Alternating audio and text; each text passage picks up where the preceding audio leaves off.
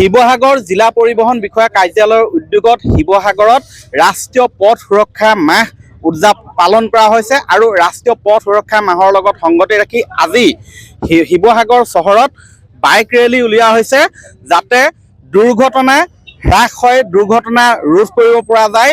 তাৰেই সজাগতা সৃষ্টিৰ লক্ষ্যৰে এয়া মই দেখুৱাইছোঁ শিৱসাগৰ চহৰত ৰাষ্ট্ৰীয় আজি পথ সুৰক্ষা মাহৰ পালন কৰা হৈছে আৰু এয়া সজাগতামূলক এক বাইক ৰেলী উলিওৱা হৈছে শিৱসাগৰ জিলা পৰিবহণ কাৰ্যালয়ৰ চৌহদৰ পৰা। মূলতঃ কি তেওঁলোকে পৰামৰ্শ আগবঢ়াব বিচাৰে সেই বিষয়ে মই জানিব বিচাৰিম। এয়া মই দেখুৱাইছোঁ, ইয়াত আমাৰ লগত আছে বৰ্তমান জিলা পৰিবহণ বিষয়া আছে হীৰকজ্যোতি ডেকা। আমাৰ এই যি road safety month, national road safety মান্থৰ যি আয়োজন আজি 6 তাৰিখে আমি ৰোড সেফটি এটা ৰেলী উলিয়াইছোঁ, বাইক ৰেলী এটা।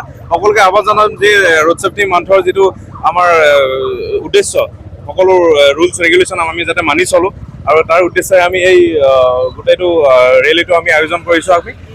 হয়, আমি বিশেষকৈ আমি পঞ্চসূত্ৰ বুলি যিটো কওঁ ৰোড সেফটিৰ ভাষাত, হেলমেট পৰিধান কৰা, পিলিয়ন ৰাইডাৰ 2জনে হেলমেট পৰিধান কৰক আৰু ছিট বেল্ট পৰিধান কৰক, অভাৰ স্পীডৰ পৰা দূৰত থাকক, কোনো মদ্যপান কৰি গাড়ী চলাব নালাগে আৰু মোবাইল ফোন ইউজ কৰি গাড়ী চলাব নালাগে। এই 5টা সূত্ৰ মনত ৰাখিব লাগে।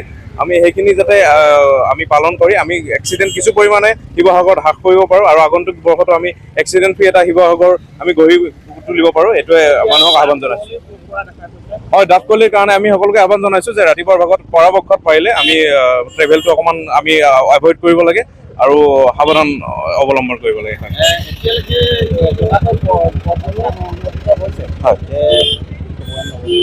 পথ দুৰ্ঘটনা আমি চালোঁ, যোৱা 2 দিন আগত আমাৰ ডিমৌত এটা হৈছে তেনেকুৱা। গতিকে বিশেষকৈ আমাৰ অভাৰ স্পীড আৰু এই আমাৰ ডাফকলি যি আমাৰ এই ছিজনটো পিকনিক ছিজন আৰু বহুতে তেনেকৈ সকলোৱে পাৰ্টি কৰে আৰু উদযাপন কৰে নৱবৰ্ষ। তাৰ মাজতে আমি দেখা পাওঁ যে মদ্যপান কৰি গাড়ী চলায় কিছুমানে, সেইটোৰ পৰা যাতে বিৰত থাকে আৰু আমাৰ ডাফকলিৰ মাজত ৰাতিপুৱা যাতে আমি ট্ৰেভেলিংটো বৰ বেছি ইমাৰ্জেঞ্চি নহ'লে আমি এভইড কৰিব পাৰোঁ। সেইবিলাক অকণমান মানি চলিলে আমি এক্সিডেণ্টটো নিশ্চয় আমি কমাব পাৰিম আৰু যিখিনি অলৰেডি হৈ গ'ল সেইখিনিতো উপায় নাই আৰু যিমান পাৰোঁ আমি ফেটেলিটিটো কমাব লাগে যাতে এক্সিডেণ্টটো মাইনৰ এক্সিডেণ্ট হয়, সেইটো আমি চেষ্টা কৰিব লাগে। আমি গোটেই মাহটো চলিব, আমাৰ 31 জানুৱাৰীলৈকে আমাৰ আই চেকআপ কেম্প হ'ব, ড্ৰাইভাৰৰ কাৰণে স্পেচিয়েল আই চেকআপ কেম্প আমাৰ CDC ৱাইজ হ'ব, নাজিৰা, শিমলুগুৰি আৰু শিৱসাগৰ, আমি 3টা কৰিম আৰু তেনেকৈ আৰু আমাৰ বিভিন্ন ধৰণৰ স্কুল কলেজত আমাৰ ৰোড ছেফটি এৱাৰনেছ কেম্পেইন থাকিব, গোটেই মাহটো চলি থাকিব। আমাৰ নিশ্চয় আমাৰ কঠোৰ হ'ম। আমি এই ৰোড ছেফটি আমাৰ এই যিটো মান্থ, এই মান্থত আমি অন স্পট কিছুমান কাউন্সিলিং, আমি বিশেষকৈ উঠি অহা ল'ৰা ছোৱালীখিনি অন স্পট তেওঁলোকে যিখিনি ভুল কৰে তেওঁলোকক আমি ফাইনৰ পৰিৱৰ্তে অন স্পট কাউন্সিলিঙৰ ব্যৱস্থা কৰিছোঁ, যাতে জেগাতে তেওঁলোকক এটা কাউন্সিলিং কৰি তেওঁলোকক কিমান দুৰ্ঘটনাৰ পৰা দূৰত থাকিব লাগে, কেনেকৈ কি হ'ব পাৰে সেইখিনি যাতে আমি বুজাব পাৰোঁ, সেইটো আমি পদক্ষেপ লৈছোঁ হাতত।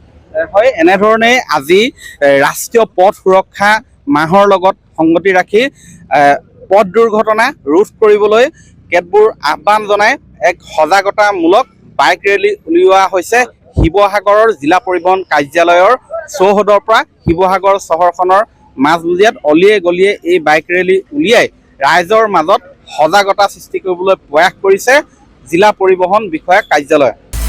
আপুনি বিচৰা বাতৰি পাব কেৱল নিউজ 18 এপত। নিউজ 18 এপ ডাউনলোড কৰিবলৈ স্কেন কৰক এই QR কোড। গুগল প্লে ষ্টৰতো পাব এই নিউজ 18 এপ।